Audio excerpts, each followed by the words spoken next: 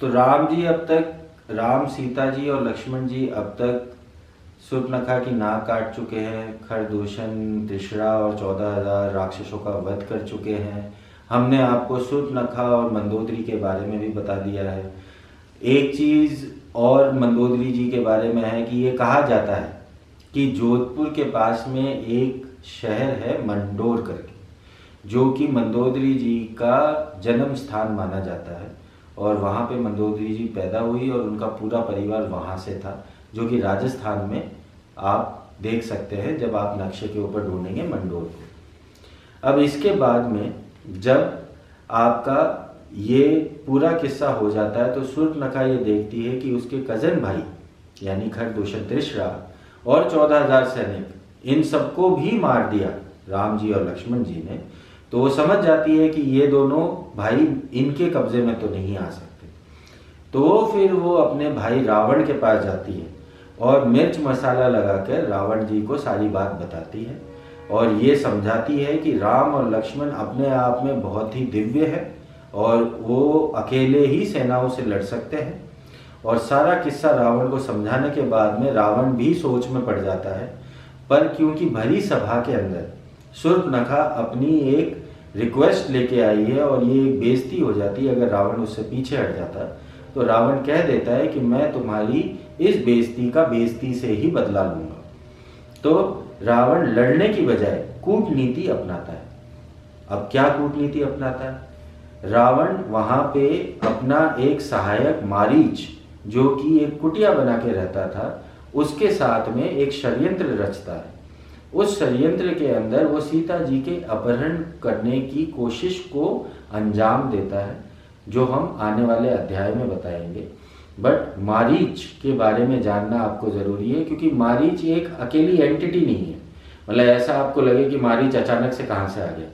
मारीच अचानक से नहीं आया।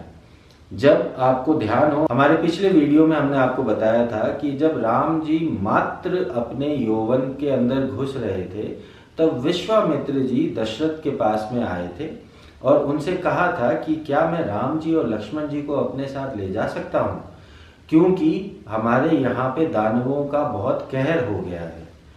ये दानवों का कहर किसकी वजह से हुआ था? ये हुआ था ताड़का नाम की राक्षसनी की वजह से। और ताड़का नाम की राक्षसनी मारीच की माँ है, यानी उनकी माता जी का नाम ताड़का है और उनके पिता का नाम सुंडा है।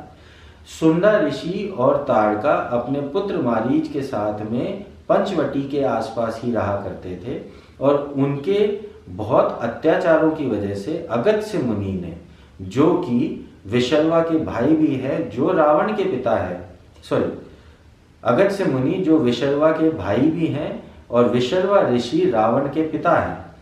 तो अगस्त्य मुनि ने मारीच के पिता सुंडा को अपनी सिद्धि द्वारा जला दिया था और उनकी सिद्धि का ये प्रकोप देख के ताड़का और मारीच पाताल लोक में सुमाली के पास चले गए थे।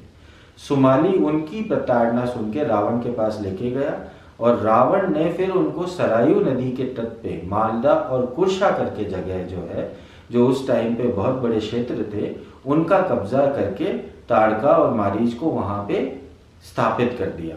ताड़का ने उस पूरे एरिया में सबको मार के वहां पे एक घना जंगल बना दिया, जिसे ताड़का वन के नाम से जाना जाने लगा।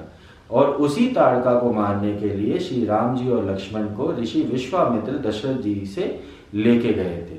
तो मारीच का किस्सा बहुत पहले शुरू हो चुका था, लेकिन मारीच फिर वहां ताड़का वन में अपनी माता के वध के बाद में भागकर वापस पंचवटी आ गया और सारे बुरे काम छोड़कर तपस्या करने लगा, शांति की जिंदगी व्यतीत करने लगा।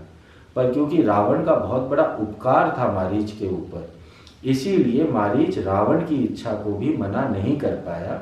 जबकि ये कहा जाता है कि मारीच ने भी रावण को समझाने की बहुत कोशिश की थी कि आप जिनसे लड़ने जा रहे हैं उनसे आपको लड़ना नहीं चाहिए और सीता जी का अपहरण तो आपको कतई नहीं करना चाहिए। लेकिन रावण तो रावण था, उसने किसी की बात नहीं मानी और अंतकाल मारीच को रावण का साथ देना ही पड़ा। तो बने रहिए हमारे साथ वनवास के और कांड के अंदर, जिसमें हम आपको रोचक जानकारी देते रहेंगे।